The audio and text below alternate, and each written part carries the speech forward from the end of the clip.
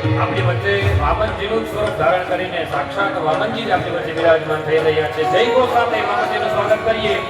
બોલી શ્રી વામન નારાયણ ભગવાન કી જય.